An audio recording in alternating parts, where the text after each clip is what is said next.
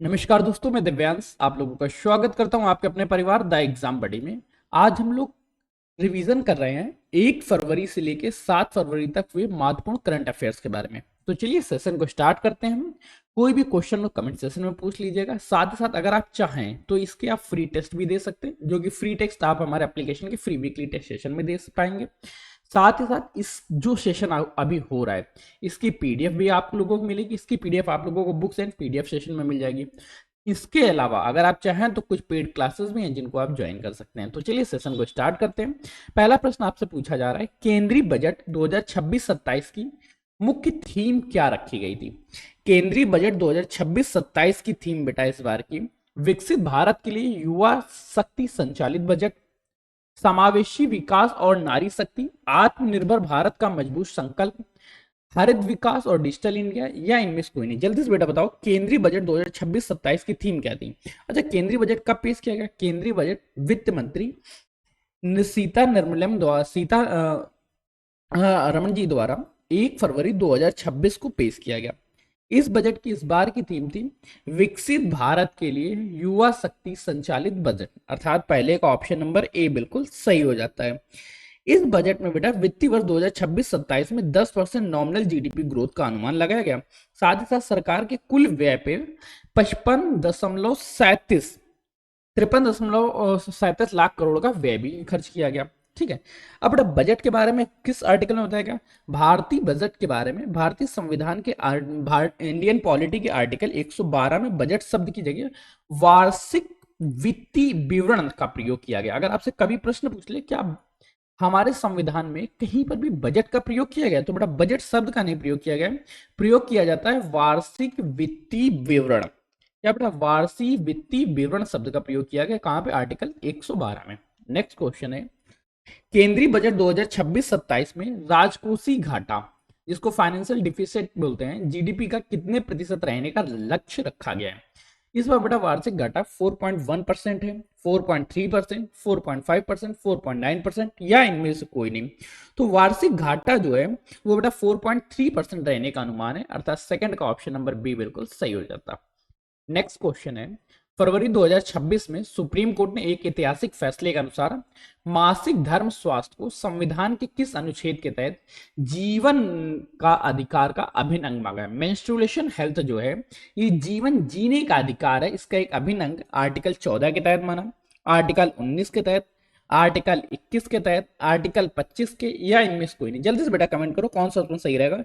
तो supreme court ने फरवरी 2026 के पहले सप्ताह में एक निर्णय दिया कि मेंस्ट्रुएशन हेल्थ आर्टिकल 21 के तहत जीवन जीने का अधिकार, राइट टू लाइफ का एक अभिन्न हिस्सा है। यह फैसला महिलाओं की गरिमा, समानता और शिक्षा के अधिकारों को सुनिश्चित करता है। कोर्ट ने 6 से 12 तक की छात्राओं के लिए राष्ट्रीय मासिक धर्म स्वच्छता नीति को पूरे देश में लागू करने का निर्देश दिया है। ऑप्शन नंबर क्या रहा बेटा? ऑप्शन नंबर थर्ड का सी बिल्कुल सही हो जाता। नेक्स्ट क्वेश्चन है, फरवरी 2026 में 2 नए अर्धभूमि स्थलों को जुड़ने के बाद भारत में कुल रामसर स्थलों की संख्या कितनी हो गई? 90, 95, 98, 100 या इनमें से कोई नहीं। फरवरी में रामसर दो नए अर्ध भूमि स्थल जोड़े गए हैं। अब बेटा इसमें वर्तमान समय में कितनी हो गई? फरवरी 2026 की चर्चा करें तो फरवरी 2026 में इनकी संख्या 98 हो गई थी। पॉइंट से याद रखना, 2 नए कौन जोड़े गए थे? एक बेटा जोड़ा गया था पटना पक्षी अभ्यारण्य, क्या था बेटा? पटना पक्षी अभ्यारण्य, और दूसरा था बेटा छारी दंड छारी दंड वेटलैंड रिजर्व। दोनों बेटा नाम याद रखना, अर्थात चौथे का ऑप्शन नंबर सी हमारा बिल्कुल सही। नेक्स्ट क्वेश्चन है, हाल ही में रामसर साइट के रूप में घोषित छारी दंड वेटलैंड रिजर्व किस राज्य में स्थित है? छारी दंड वेटलैंड जो है ये गुजरात में स्थित है, उत्तर प्रदेश में स्थित है, राजस्थान में, मध्य प्रदेश में, या इनमें से कहीं नहीं। जल्दी से बेटा कमेंट करो। तो छारी वेटलैंड है ये गुजरात के कच्छ में स्थित है। कहा बेटा? गुजरात के कच्छ में स्थित है। फरवरी में इसको बेटा वेटलैंड रामसर स्थल की संज्ञा दी गई। साथ ही साथ यह मौसमी भूमि अर्धभूमि जो मानसून की बारिश पर निर्भर करती है, यह क्षेत्र हजारों प्रवासी पक्षी विशेषकर राजहंस के लिए प्रसिद्ध है। छारी का अर्थ होता है खारा, दंड का अर्थ होता है उथली हुई भूमि।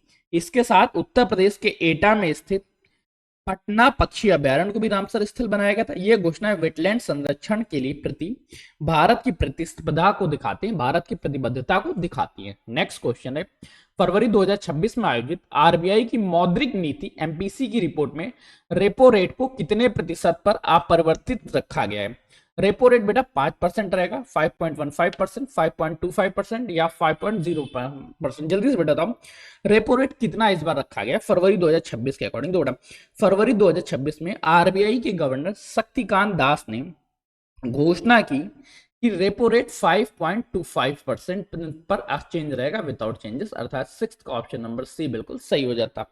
नेक्स्ट क्वेश्चन बेटा पूछ रहा है कि भारतीय रिजर्व बैंक ने छोटे मूल्य की साइबर धोखाधड़ी के पीड़ितों के खिलाफ अधिकतम कितनी क्षतिपूर्ति का प्रस्ताव दिया है? अब बेटा जो छोटे मूल्य की साइबर धोखाधड़ी है इसके अगेंस्ट में बेटा 10,000 रुपए, 15,000 रुपए, 20,000 रुपए, 25,000 रुपए या इनमें से कोई नहीं। ध्यान रखो, आरबीआई ने डिजिटल पेमेंट को सुरक्षित बनाने के लिए नए दिशा निर्देश प्रस्तावित किए हैं, जिसमें 50,000 से कम के लेन देन में साइबर धोखाधड़ी होने पे ग्राहकों को राहत राशि दी जाएगी। ऐसे मामलों में आरबीआई ने अधिकतम 25,000 की क्षतिपूर्ति का प्रस्ताव रखा है। यह नियम तब लागू होगा जब ग्राहक की कोई गलती ना हो और सुरक्षा प्रणाली में कोई चूक हो। कितना? 25,000 तक की। कब बेटा? जब 50,000 से कम की धनराशि, तो उसमें मैक्सिमम 25,000 तक दे होगा। नेक्स्ट क्वेश्चन है, हाल ही में डीपीआईआईटी द्वारा डीप टेक स्टार्टअप के लिए अधिकतम आयु सीमा 10 वर्ष से बढ़ा के कितनी कर दी गई? डीप टेक स्टार्टअप के लिए बेटा अधिकतम सीमा 10 वर्ष, 15 वर्ष, 25 वर्ष या 30 वर्ष। पहले बेटा ये 10 वर्ष से बढ़ा के की गई है। याद रखो, उद्योग संवर्धन आंतरिक व्यापार विभाग द्वारा फरवरी 2026 में डीप टेक स्टार्टअप को परिभाषित किया गया। सरकार ने ऐसे स्टार्टअप को मान्यता देने के लिए अधिकतम आयु 10 वर्ष से बढ़ा के 20 वर्ष कर दी गई। डीप टेक स्टार्टअप वे होते हैं जो उन्नत वैज्ञानिक शोध और तकनीकी पर आधारित होते हैं। इसमें blockchain, artificial intelligence, robotics, quantum computer जैसी तकनीकें शामिल हैं। ठीक है, ऑप्शन नंबर क्या है? 20 वर्ष कर दी गई, अर्थात आठवें का ऑप्शन नंबर बी हमारा बिल्कुल सही। नेक्स्ट क्वेश्चन है, भारत को वैश्विक बायोफार्मास्यूटिकल विनिर्माण हब बनाने के लिए बजट 2026-27 में किस योजना की घोषणा की? बजट 2026-27 में बायोफार्मा शक्ति की घोषणा की, फार्मा मित्र की घोषणा की, मीडीटेक विजन की खोज की या बायो इनोवेट इंडिया की खोज की घोषणा हुई या इनमें से कोई नहीं? तो बेटा ध्यान रखो, बजट 2026-27 में बायोफार्मा शक्ति योजना की घोषणा की। इसका पूरा नाम है strategy for health care advancement through knowledge technology and innovation. इस योजना में अगले 5 वर्ष तक 10,000 करोड़ का बजट आवंटित किया गया है। इसका मुख्य लक्ष्य भारत में वैश्विक बायोफार्मा निर्माण करना और 3 नए national institute of pharmaceutical education and research संस्थान खोले जाएंगे।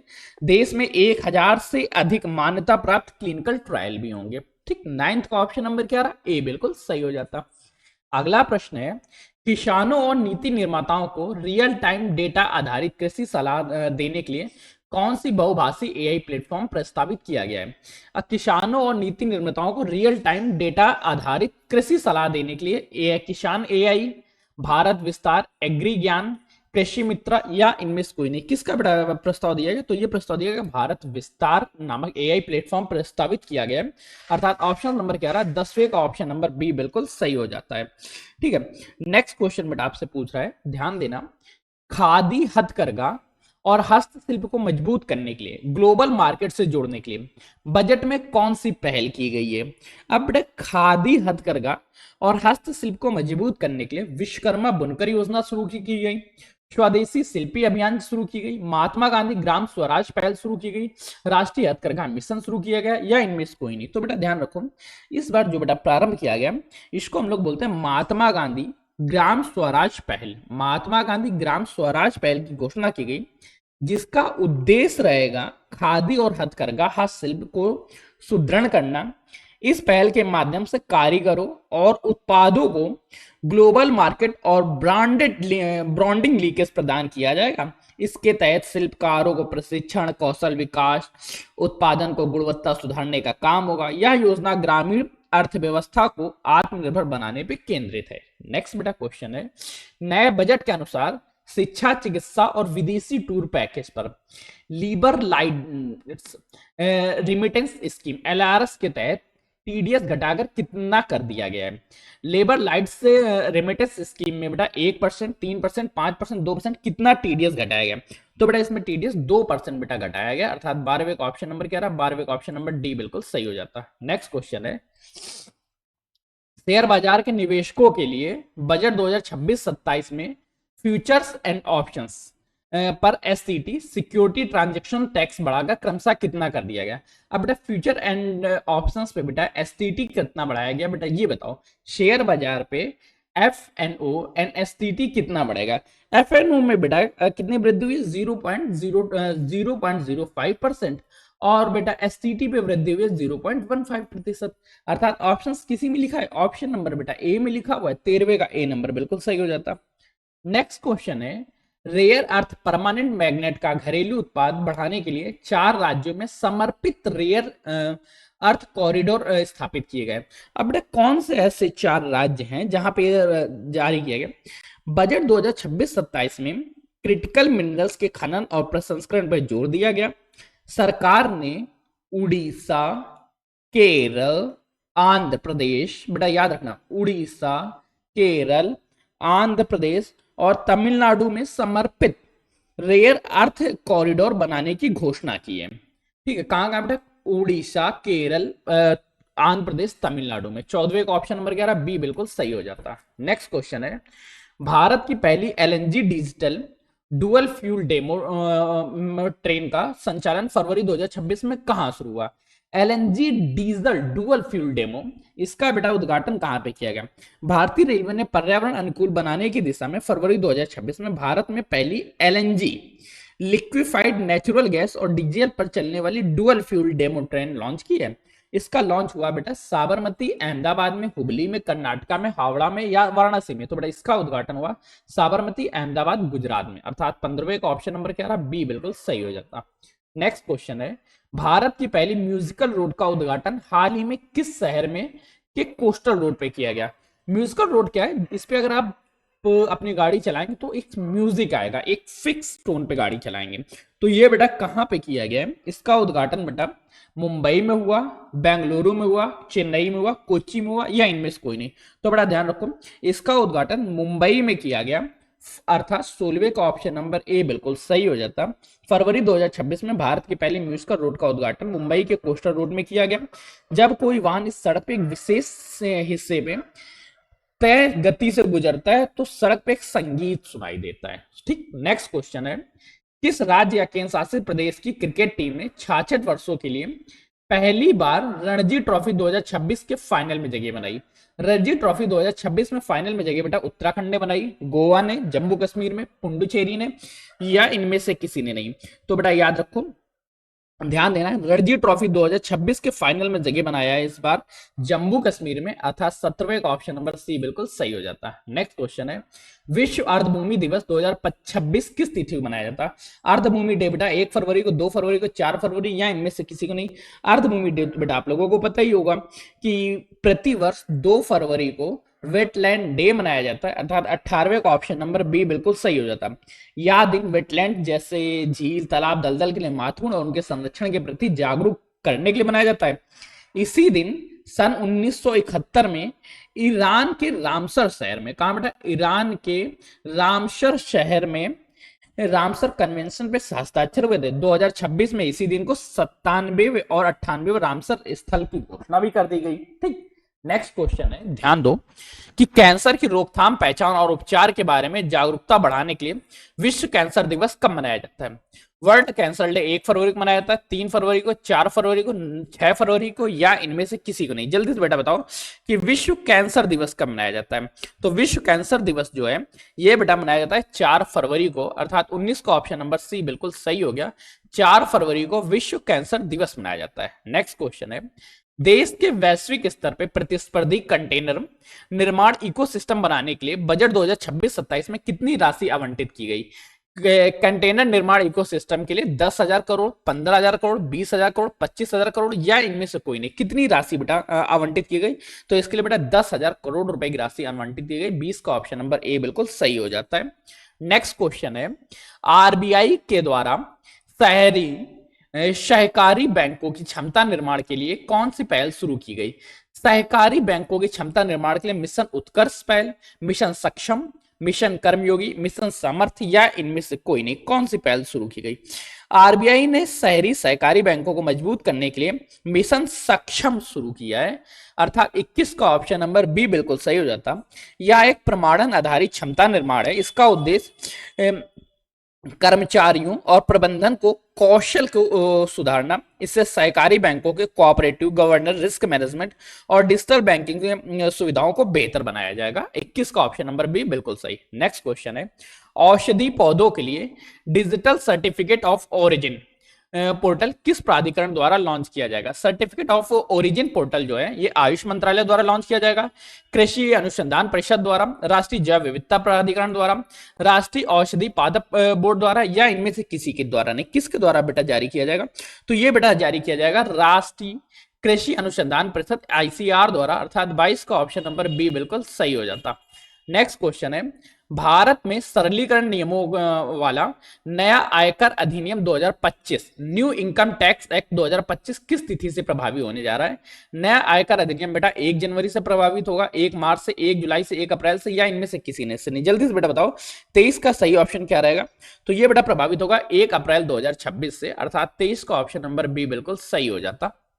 नेक्स्ट क्वेश्चन है, 13वें बहुपक्षीय नौसैन्य अभ्यास मिलन 2026 के संबंध में निम्नलिखित में से कौन सा कथन सत्य है? मिलन 2026 के बारे में बेटा, यह भारतीय नौसेना का सबसे बड़ा बहुपक्षीय अभ्यास है। इसमें 74 मित्र देशों की नौसेनाएं भाग ले रही हैं, या द्विवार्षिक युद्धाभ्यास है, या इनमें से कोई नहीं?